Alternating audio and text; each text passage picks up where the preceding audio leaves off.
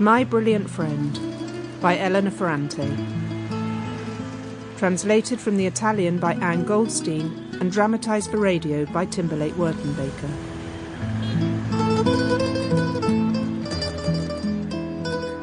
Part 1.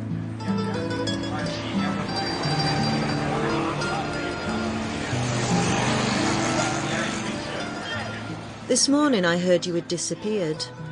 As I always thought you would, as you warned me you would, all those years ago when we were young women.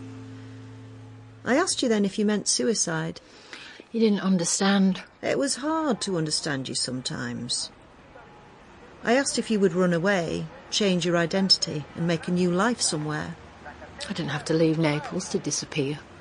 There's not an item of clothing, not a paper, not a trace of you left, nothing.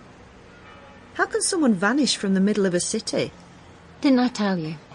I'd simply find a way to make all my cells disappear, so that nothing of me was left. I won't let you disappear. I'll find you. Do you believe you can stop me from disappearing if that's what I decide to do? I can hold on to you. I can keep you. I gave you that chance. You threw it away, remember? You stood on that bridge and you threw all my papers, everything I'd written, into the river. Yes, but I'd read everything, absorbed everything. I'll find you again. Are you sure you want to? Even now, in this final act of yours, you have to dare me. As you always did from the very beginning. Well, let's see who wins now, Raffaele Cerullo, my friend. Lila? I want you to get it right, that's all. I always try. Only when I'm there to challenge you. Elena Greco. Remember? What's your doll's name? Tina. What's yours called? New. You can play with her if you like, but you have to give me yours in exchange. Here. Be a good girl, Tina. Lila's going to hold you. That's a nice blue dress she has. My mother made it. And she's made of strong plastic. I like your New. She's soft. That's because New's made of old cloth, so of course she's soft. Well, Tina, open your eyes. Can you see down there into the dark cellar of the ogre Don Hille? Shh! Don't say his name out loud. Why not? My father says never ever to mention his name, never to go near him, and if I ever see him in the street, not to look at him or speak to him. There's hot flames streaming from Don Hille's mouth. He has a big black bag too. Tina, let's see if you've got any courage. Why don't you have an adventure and go down into the ogre's cellar? Stop! She's gone. You pushed my doll through the grating. How could you? I could. I did. Fine. I'm doing the same with New. You wouldn't dare. What you do, I do. There. And now we'll have to go down to the cellar and get our dolls back. Into the ogre's cellar. Are you afraid? No, of course not. It's locked. There's a heavy chain holding it. Look, this panel is loose. If we push, we can squeeze through. I've torn my dress. Mama will be furious. I can't see anything. You'll get used to the dark. It's full of dead cockroaches. Not much here. Fruit boxes, bits of a wardrobe. Look, that's an old lamp.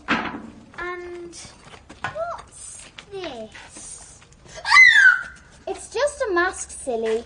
An old anti-gas mask. Don't! Please, it's horrible. There's no mouth. Please, take it off. My father has one in the storeroom at home. It's from the war. I don't see our dolls. They aren't here. They aren't here. Tina, where are you? Lila, where are you going? We have to keep looking. They're not here. Don Hille took them and put them in his black bag. Tina, my Tina. We'll have to go to Don Hille ourselves and tell him to give them back. Don Hille? But he'll kill us. Well, I'm going. You can do what you want. Even now, I feel no nostalgia for our childhood. It was full of violence. The women fought among themselves even more than the men. They pulled each other's hair, they hurt each other. To cause pain was a common disease. You know what happens in our neighbourhood, Lena? There are these almost invisible animals that arrive at night. They get into the water and the food and the air, and that's what makes our mothers and all the women as angry as starving dogs. Really? Have you seen them? Sometimes, yes. Lila had appeared in year 1, and we were all impressed by her because she was very, very bad. And she was the only one who wasn't afraid of our teacher, Maestra Oliviero. Who dared throw those pieces of blotting paper?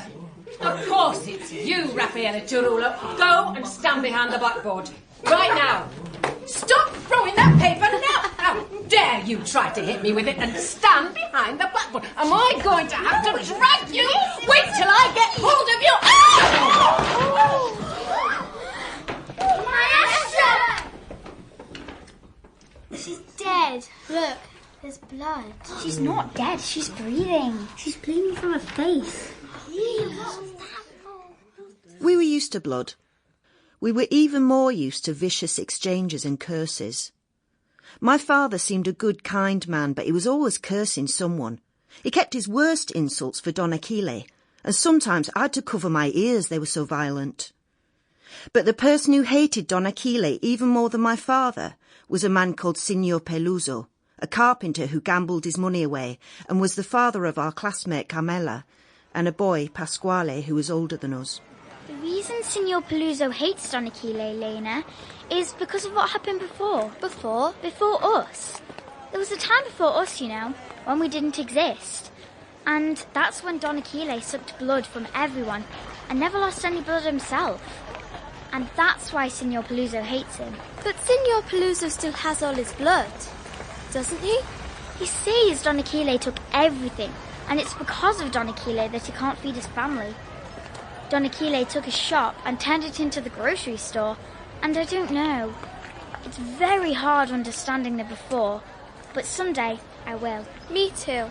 But even in the not before, since we've been around, remember that day, right in front of the church?